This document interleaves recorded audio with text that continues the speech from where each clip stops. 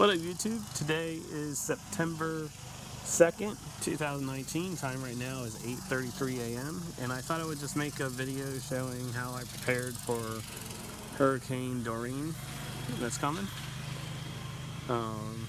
They had us in a panic. Let me think about this. Last Monday, I guess starting last Tuesday, they had us in a panic that we were going to take a direct hit. And, they really don't know. They really can't predict exactly where that hurricane's going to go. But as of right now, it shows that it's going to pass by. The eye is supposed to stay off the coast as it passes by Florida, which is supposed to pass by tomorrow now, I think, because it's stalling in the Bahamas. I don't know. But anyway, I decided to go ahead and, prepare for everything. So thought I would take a walk around the property and just show you what I did. Obviously, the first thing is when I bought this house, it's a trailer. It's like a trailer combo thing.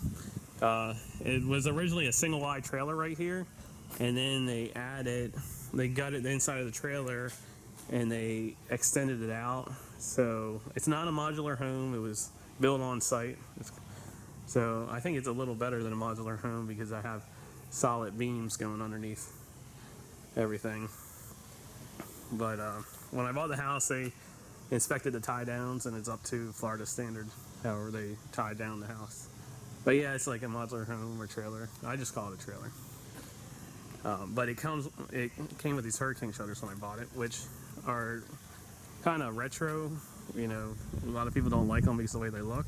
But I'll tell you, when you're in a situation like this, it makes it really easy because I can go and lower them in 20 minutes.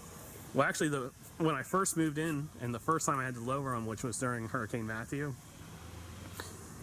they were all seized. So it was really hard lowering them. I had to lube them up and stuff, and break off some of the thumb screws and stuff, and put new thumb screws in. But ever since then, I lowered them for Matthew. I lowered them for Irma. And I want to say there was one other time I lowered them, but when I lowered them this time, it literally only took 20 minutes. They were all unseized, I guess, and they lowered just fine. So yeah, they look kind of 70s retro. A lot of people don't like them, but when you're in a situation like this, it makes it worth it. Now, the one thing I do have to say, it does make the house dark on the inside. Even when you have them up, it prevents light from ever coming through the windows, so your house is darker than if you wouldn't have them. But I guess that also helps with your AC bill. But yeah, so I just lowered down all the hurricane shutters. This one doesn't lower all the way down because of the decking, but I just put a strap around it, so it's not going anywhere. Or if it is, it's gonna tear the deck up with it. And then got two in the back. I actually always keep this one lowered because that's my bathroom, and sometimes I open up that window. The window's frosted, but when you open it up, you can look right in. So I always keep that one lowered. Plus, I work night shift, and that's the bathroom connected to my bedroom, and I try to keep that area dark, blacked out to work night shift. And also, I think I uploaded the video to YouTube. I'm not sure. I definitely have footage of it, and I'm pretty sure I uploaded the video to YouTube. If it's uploaded, it's called Hurricane Irma Damage, where I went around and showed all the damage I got during Hurricane Irma, which was just exterior damage to my shed and carport, which I'll show you later. But anyway, tree limb fell off of that tree, and it kind of dented the shed, so I reported it to the insurance company while they were out here looking at the other damage, and they gave me money to replace the shed. But the thing is, they totaled the shed, so they would only give me the depreciation value if I bought something brand new. And I was going to build something, but I was running out of time because you only have a year to use up your hurricane, your payout. You only have a year, so I was running out of time. So I bought one of these Smith-built sheds, which actually match. That's a Smith-built there, so it actually worked out good. It's on a cement slab. The cement slab's not perfectly square, but we bought a shed 10 by 14 to fit the cement slab that was there. And the cement slab had like a trough because they used it as like a rabbit breeding area. That's what I was told before I bought the house. So I bought a 10 by 14 Smith-built shed, put it on the slab. My dad and I closed up the bottom with pressure-treated plywood. So hopefully this will stay. And I keep my tractor in there. And I also keep my generator. So the thing about this generator is I got it for free actually. My next door neighbor during Hurricane Irma, he has all this equipment. And he said he couldn't get this generator running, so he gave it to me during Hurricane Irma. And a buddy and I pulled off the carb, cleaned the carb out. Basically the carb was clogged. Put the carb back on and it ran fine. I used it during Irma. And then he just gave it to me. But the problem with this generator is that the carburetor floods and it fills the crankcase up with gas. So, and I knew that was a problem, so I always kept the fuel valve shut off. But somehow the fuel shut-off valve opened, and when I went to check it earlier this week, the crankcase was full with gas. So I had to drain out the crankcase, put oil in it, and then it put gas in it, and it actually started with 3 pumps. It started up right away. Now it's a little low on voltage. It's giving me 100 volts. This is it's 5,600 watts. It's 10 horsepower. It's giving me 100 volts. So I had the manual downloaded to my phone. I gotta check it and see how you crank up the idle to get a higher voltage out of it. So actually, after I finish filming this video, I might look into that. So if I do have to use this thing, I don't have to mess around with that. But yeah, like I said, it started in 3 pumps. And but the thing is, I put this rag underneath it.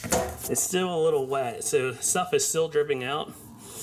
As you can see, it was all out on the floor. I guess I should have checked it better. And like I said, it's like the gremlins opened up that fuel shutoff valve because I had that fuel shutoff valve off. But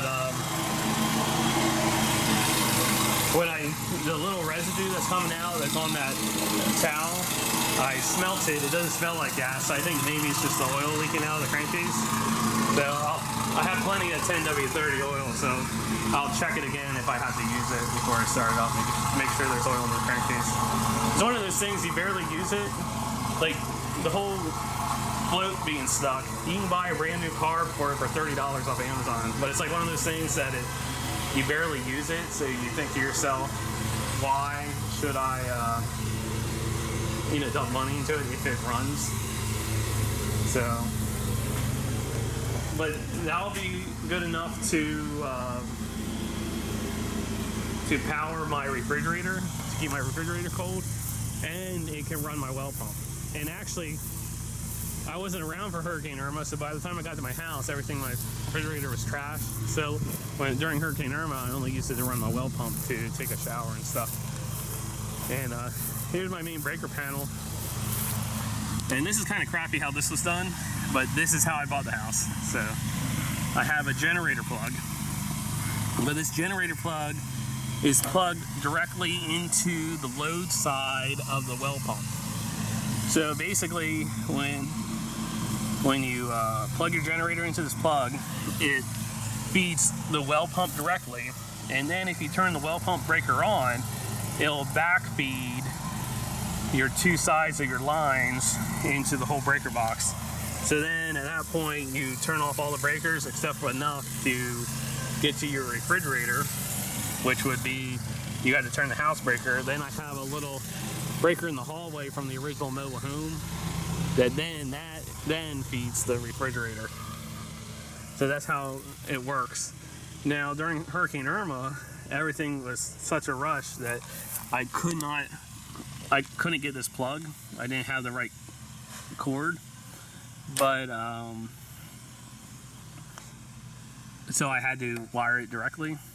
Actually, I think I took like a outlet, a duplex outlet, and wired it up 220, which was not the way to do it, but I was trying to get my well pump started.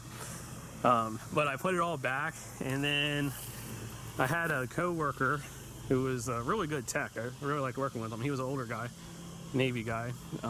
He moved out to Montana. But anyway, when I was telling him about it, he's like, oh, I bet you I have the right connectors to do that. So he actually gave me the right connectors, and then my neighbor gave me 10 gauge wire, and I have yet to make up the coil. So I guess if we lose electricity, I won't have anything else better to do.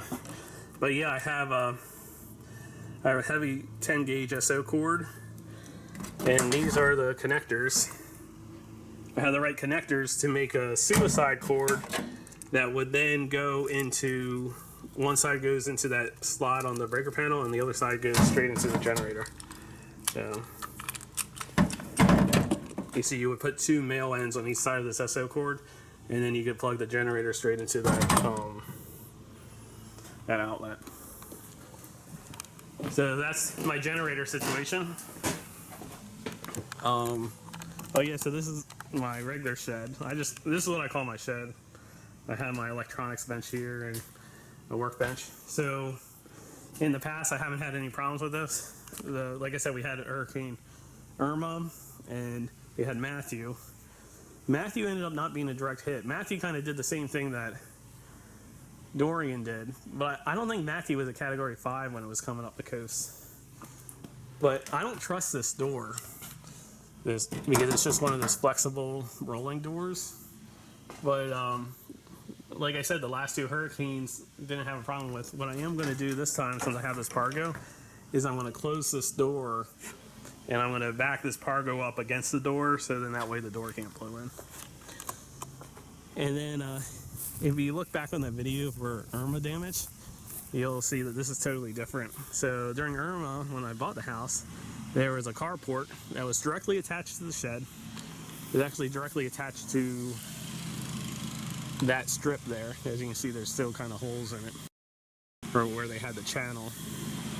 And it came out, it had aluminum poles that were very crappily buried into the, concreted into the soil. And it was 3-sided, but the 2 other sides were just siding. There was no material to it, it was just siding. It was very crappy. So if you look back on Hurricane Irma damage, you'll see that that thing totally blew apart. It scratched up my car, what have you. So I got an insurance company, since I had exterior structures on my insurance, the insurance company actually dealt with me very nicely on that situation, and I ended up building this garage. Now, of course, they didn't pay to have the garage built, but what they did give me was a good chunk to take out how much the garage cost. I believe the garage cost me $4,500. I did everything myself, but I believe, you see, it's been a while. It's been over a year. I had the price figured out because I was keeping track of the price. I believe the price was $4,500. So this hasn't gone through a storm yet, but I think, I don't want to brag, but I think that this is probably the strongest structure on my property now. It's built with 4x6, and actually, if you look at a video, when I had it built into a carport before I closed it into a garage, you can see how I built it. I believe if you just look back on building a carport or something, I have that video posted to YouTube. But this is all the structure is 4x6. 4x6 poles that are concreted at least 2 feet. I poured concrete pillars 2 feet into the ground. I mean, I have like, you can watch that video and see how many concrete pillars. Then it's framed up with 2x4s and plywood, and then I put siding on top of the plywood. The only thing that's kind of, I used 1x3s to frame up the roof, and then I got this 5V, they call it, roofing. So that's the only thing that was actually kind of crappy about the whole thing, is this 5V roofing. But I have plenty of screws up in that 5V roofing, and it doesn't leak, even though I have a very shallow pitch on it. As you can see, I have a very shallow pitch. It doesn't leak, And but we'll see how this lasts during the hurricane. The garage door is a hurricane rated door, which basically all it means is it has these extra aluminum channels behind it. And oh yeah, the backside of the house, the backside of the garage, I put in these basement windows just to give it a little light in there. I don't know if you can see. You can't see in there. But yeah, this is probably the thing that's the most strong. But the thing is, it hasn't been through a storm yet. So we'll see how that holds up. But like I said, the storm's probably not going to be that bad at all compared to what they were first calling for. So this is another thing I keep a track on. And this wasn't a problem till recently. This cement slab, wasn't a worry in the world about it until the county decided to dig this ditch out deeper for some reason. And basically what happened is they didn't realize where the pipe was. And you see that red line I spray painted? That's where the pipe is now, because after they did all this damage, I marked it. But basically they dug all this out. You see, this is all covered with soil. They dug it out and exposed the whole cement slab, and then it started to slide down into the ditch.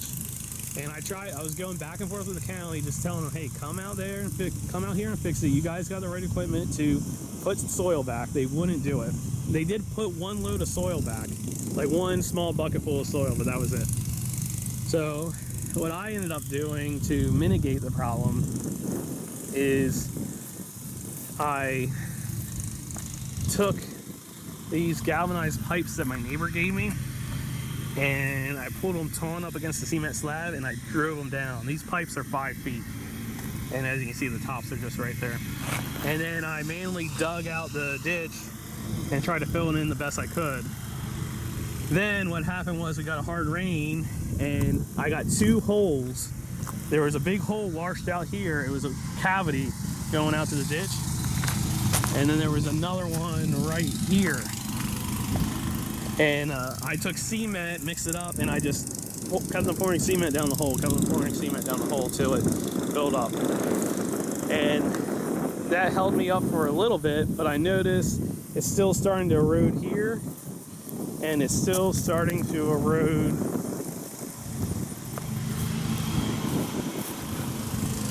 right here. It eroded out.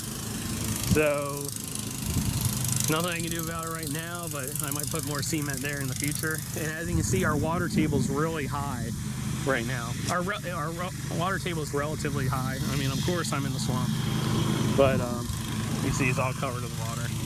But they dug all this out for no reason. I don't know. They dug all this out when the pipe was all the way over there. So I marked it. Because I didn't even know where the pipe was myself, because they never maintained the ditch. It was all grown up. You couldn't see the pipe. But yeah, they dug all this out, and the pipe ended up being over there. So kind of sore subject with me. Basically, the county's always right and you're always wrong for that situation. And I guess while we're here, I'll walk across the street and see what the water table's like in the swamp. And yeah, as you can see, the water table's pretty high. I mean, the water's right there. So it comes and goes. Okay, so these 2 sheds are kind of crappy, but they're just metal sheds that the previous owner put vinyl siding over. But they made it through all the storms in the past, to my knowledge. So this one, I put my grill inside, and I put the grill up against that door. So once again, if the doors are blowing in, it just leans up against the grill. This one, I can't do that. I had to get to this one.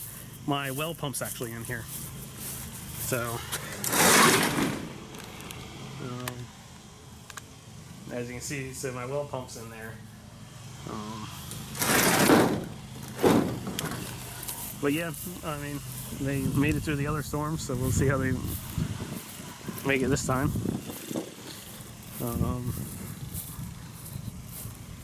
I used to do YouTube videos on my pepper plants, but haven't done it in a while. These pepper plants actually are 2 years old. We had a very mild winter last winter, and they didn't die. And as you can see, they're pretty big and they're giving me peppers. I am starting a new batch, but we'll see if we can get these pepper plants to last 3 years. And I'm very lazy when it comes to my gardening, as you can see.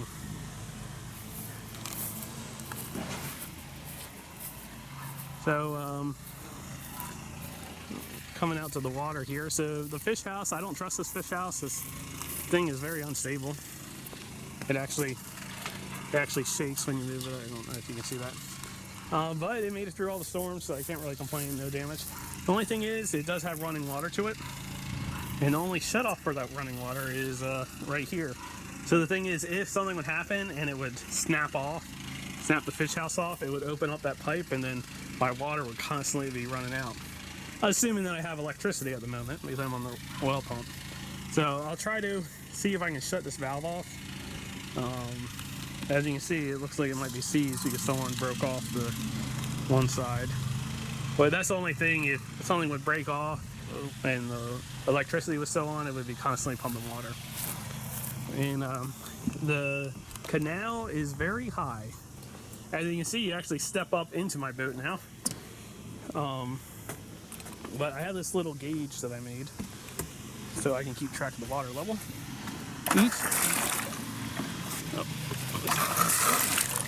So each one of these stripes are 2 inches.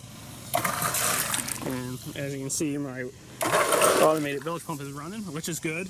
It means it's going to work in the storm. And my boat's not going to sink, which I've had this boat sink before, and that is not a good situation to be in. But anyway, going back to this gauge I made, is just a PVC pipe I screwed to the side of the dock, and I painted it with these stripes. And each stripe is 2 inches, so that's how I keep track of the water level. You know, and I've seen it 2 feet. I think I've seen it over 2 feet down from the top of the dock. So I always keep track of the level by how high the water is from the top of my dock. And since I put this gauge in, the highest I ever seen it from the top of my dock is 9 inches. But if you count it right now, 2, 4, 6, 8, 10, we're currently at 10 inches. So it's 1 inch lower from the highest I ever seen it.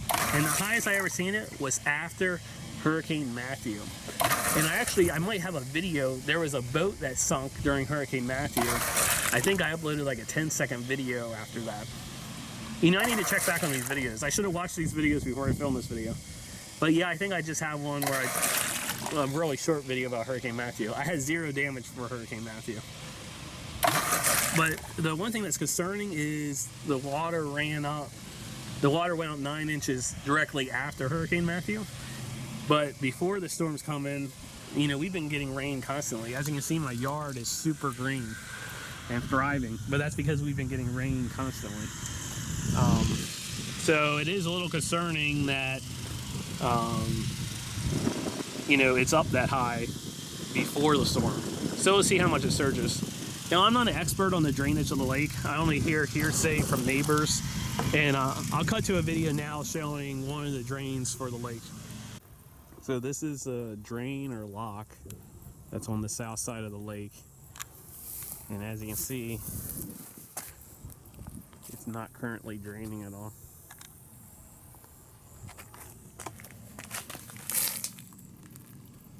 And you see, I don't know exactly how it works. I'm guessing that this is the channel. Let me see if I can zoom in there.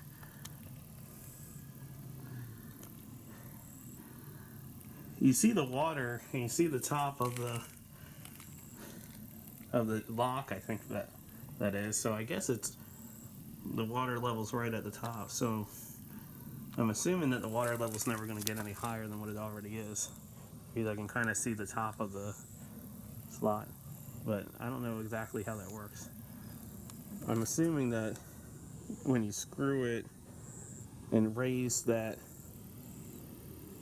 I'm assuming that when you turn this Acme thread, it raises the lock, and that's how you set your level. So if you wanted to drain it, you would have to put the Acme thread down to lower it. But it could be the other way. It could be just a pipe, and you raise it up to start draining it. But I just assume that it's a lock type system where the water flows over top of it and not underneath it. Yeah, I don't really know, to tell you the truth. I just know that this is where the water drains out south of the lake. And then supposedly there's a way that it drains north of the lake too, but I don't know exactly how that works. But I'm told the way it drains north into the lake is a higher elevation than the way it drains south out of the lake. So, just thought it was interesting that the water level is so high and they're not draining it at all. Okay, and we're back. And I guess I didn't mention it, but that video that you just watched of the drain of the lake was from like an hour ago. I filmed that before I filmed this video.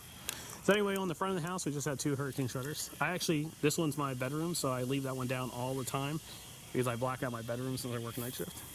And when I bought the house, they advertised these are hurricane windows, but you see, this was a screen and porch, and then they converted it to part of the house. But I actually don't use it part of the house. I use it more like a mud room, and then I have a chair and I read in there sometimes. It does have AC that I leave the AC on, but I use it more like a mud room. It actually works kind of nice because with all the mosquitoes having double doors, so there's actually a slider door. I don't know if you can see through. You probably can't.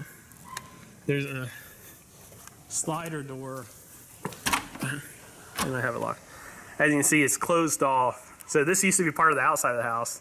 Now it's inside the house is a slider door. So it actually works kind of nice with the mosquitoes to keep the mosquitoes out of my house by having double doors that I go through. But yeah, this whole thing, there's nothing to it. Like, there's literally styrofoam in here and another thing of vinyl siding on the inside. And supposedly these are hurricane rated windows, but they have like air will pass through them because, as you can see, there's like a spongy material in there. So they're not like weatherproof windows. Like, if I would keep that slider door open, I would just have a lot of AC escaping through this Florida room, they call it. That's what they call it, Florida room.